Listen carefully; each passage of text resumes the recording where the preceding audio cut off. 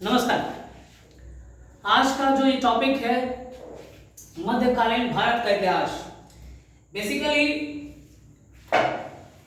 ये विषय जो है पूरी मध्यकालीन भारत का इतिहास का ये एपिसोड होगा, जिसमें पूरे मध्यकाल में भारत की जो इतिहास रही है उसका विस्तृत उल्लेख यहाँ पर किया जाएगा।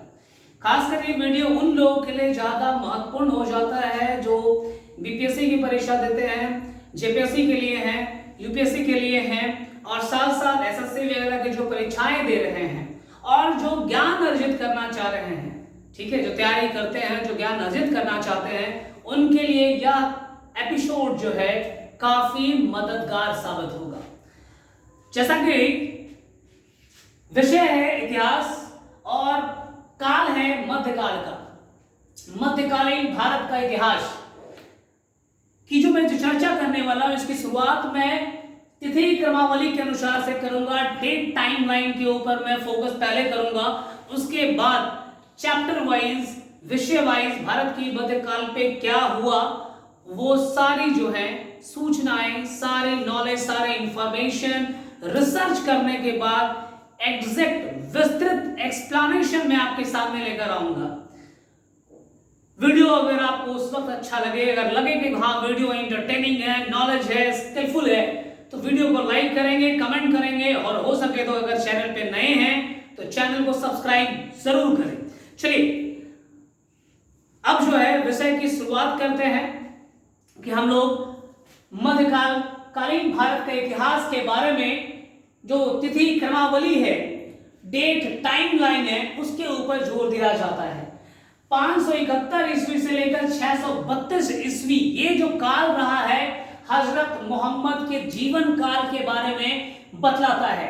खासकर 571 ईस्वी से 632 ईस्वी के बीच में हजरत मोहम्मद का जन्म कहाँ हुआ था, उनका बचपन कैसे बीता, वगैरह वगैरह सारी बातों का उल्लेख जो है इस काल में आपको देखने को मिलता है। दूसरा है 611 लगभग 611 लगभग जो है मैंने अप्रॉक्स रखा है, प्रॉक्सी बुक में दिया हुआ है। इस्लाम धर्म का उदय हुआ था दुनिया के सामने, एक नई धर्म, एक नई रिलीजन, एक नई फिलॉसफी। मैं धर्म नहीं कहता हूं, मैं इसे फिलॉसफी कहूंगा, ठीक है। धर्म एक ही है, इंसानियत का धर्म ही मेन धर्म है। अगर इंसान अपनी इंसानियत का धर्म फॉलो कर ले तो सबका भला हो जाएगा। ये इस्लाम की फिलॉसफी जो है, जिसे हम लोग इस्लाम का उदय कहते हैं, वो 611 ईस्वी में आपके पास था। तीसरी बात हो गया 632 से लेकर 661 ईस्वी के लगभग में पवित्र खलीफाओं का शासन जो है देखने को मिलता है। चौथी पॉइंट में आइए, 661 से लेकर 749 ईस्वी में उमैया वंश का शासन काल जो है शुरू हुआ था। 661 ईस्वी से लेकर के 749 ईस्वी तक लगभग 88 वर्ष का समय जो है उमैया वंश का शासन काल जो है रहा है।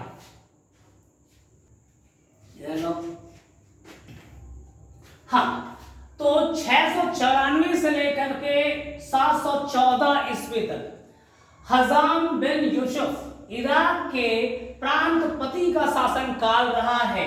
इराक के प्रांतपति का शासन काल हजाम बिन यूसुफ 694 से 714 ईस्वी तक इनका शासन काल रहा है। 712 ईस्वी में मोहम्मद बिन कासिम ने सिंध के ऊपर अपना विजय प्राप्त कर लिया।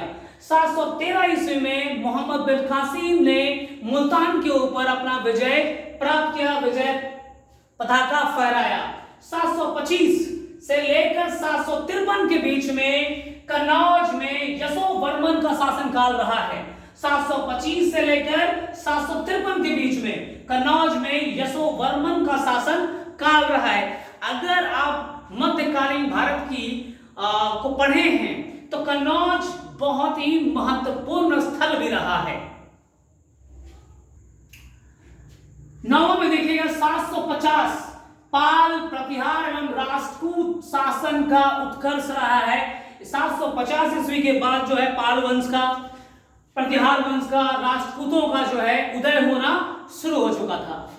752 ईस्वी की बात करें, आनंद पाल तोमर द्वारा दिल्ली का, वर्तमान दिल्ली का पुराना नाम है धिल्लिका, और अनंगपाल तोमर ने ही धिल्लिका, जिसे आज हम लोग दिल्ली कहते हैं, उसकी स्थापना किया था 752 ईस्वी में। 770 से लेकर 810 की बात करें तो कन्नौज पर आयुध वंश का शासन शुरू हो चुका था। देखिए मैं फिर बोल रहा हूं, कन्नौज मध्यकाल में कन्नौज की बात बहुत ही महत्वपूर्ण स्थान रहा है।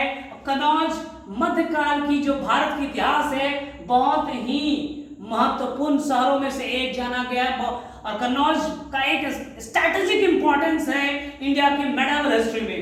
810 ईस्वी की बात करें तो कन्नौज पर नागभट्ट द्वितीय का शासन काल आ गया था, उस पर अधिकार कर लिया गया था कन्नौज के ऊपर नागभट्ट द्वितीय के द्वारा। 13वां में देखिए 854 ईस्वी सिंध एवं मुल्तान में अरब सत्ता का पतन हो गया था। जैसा कि हम लोग देखे, पहले भी देखे कि सिंध पर जो है अरब ने अपना कंट्रोल किया, मुल्तान के ऊपर भी अपना कंट्रोल हुआ था मोहम्मद बिन कासिम के द्वारा। तो 1854 ईस्वी आते आते तक क्या हुआ कि सिंध और मुल्तान में से अरब सत्ता का पतन हो गया, वहां से समाप्त हुआ।